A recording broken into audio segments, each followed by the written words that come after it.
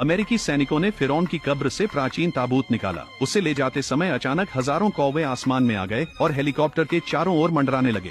जैसे ही काफिला आगे बढ़ा, साफ रेगिस्तानी आसमान अचानक उग्र हो गया। एक दुष्ट शक्ति पास आती जा रही थी। उनकी किस्मत अच्छी थी कि सैनिक तेजी से आगे बढ़े। उन्होंने ताबूत को ट्रांसपोर्ट विमान में रख दिया। ठीक उसी समय जब रेतीला तूफान सब कुछ निगलने ही वाला था, लेकिन वे नहीं जानते थे कि तबाही पहले ही उन्हें ढूंढ चुकी थी। जल्द ही एक सैनिक, जिसे कब्र के अंदर मकड़ी ने काट लिया था, अजीब व्यवहार करने लगा।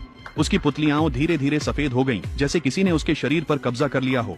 उसने एक चाकू उठाया और सीधे ताबूत को पकड़ने वाली रस्सियों की ओर बढ़ गया। कमांडर को कुछ गड़बड़ लगी और वह उसे रोकने के लिए दौड़ा, लेकिन सैनिक ने बिना झिझके उसे चाकू मार दिया। सभी लोग सन्न रह गए, लेकिन वह सैनिक अभी रुका नहीं था। उसने निक की गर्लफ्रेंड पर अपनी नजरें जमा दी। निक के पास कोई और विकल्प नहीं था। उसने ट्रिगर दबाया और वहीं उसी जगह सैनिक को गिरा दिया। इससे पहले कि कोई समझ पाता कि अभी क्या हुआ है, कौवों का एक विशाल झुंड ट्रांसपोर्ट प्लेन से टकरा गया। दोनों इंजन लगभग तुरंत ही आग की चपेट में आ गए। बिजली तेजी से फेल हो रही थी। पायलट इमरजेंसी लैंडिंग की तैयारी कर रहा था, लेकिन जब उसने ऊपर देखा तो कौवों की एक दीवार सीधी उनकी ओर आ रही थी।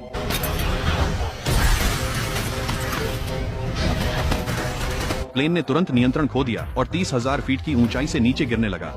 उस आखिरी पल में निक ने अपना इकलौता पैराशूट अपनी गर्लफ्रेंड को दे दिया और खुद प्लेन के साथ नीचे चला गया। जब रेस्क्यू टीम क्रैश साइट पर पहुंची तो वहां कोई भी जीवित नहीं बचा था। रहस्यमयी ताबूत 2 हिस्सों में बंट चुका था।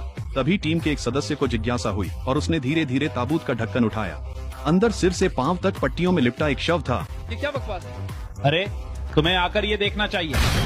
उसके साथी ने उसकी चीख सुनी और दौड़कर देखने आया, लेकिन देखा कि वह आदमी सूख कर एक कंकाल बन चुका था।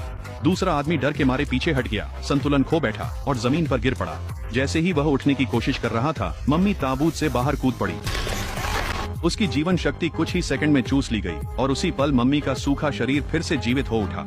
मम्मी की शक्ति के प्रभाव में जिन 2 आदमियों की जीवन शक्ति अभी अभी छीनी गई थी, वे फिर से खड़े हो गए। अब वे उसके सेवक बन चुके थे। इसी बीच निक, जो अभी अभी दुर्घटना में मारा गया था, अचानक जाग उठा। उसे बिल्कुल समझ नहीं आ रहा था कि क्या हो रहा है। वह तुरंत अपनी गर्लफ्रेंड को ढूंढने निकल पड़ा। वह एक पुरातत्वविद थी और उसने निक को बताया कि उसने कब्र के अंदर क्या पाया था।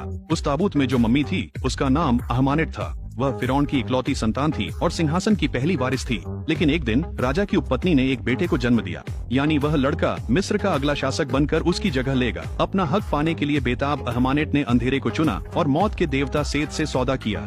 सेत ने उसे एक कीमती पत्थर जड़ा हुआ खंजर दिया। जैसे ही उसने उस खंजर को पकड़ा, प्राचीन लिपियां उसके पूरे शरीर पर फैल गईं और उसकी आंखें कुछ अमानवीय रूप में बदल गईं। उसे एक भयानक शक्ति प्राप्त हो गई थी। फिरौन तो एक शब्द भी नहीं बोल पाया।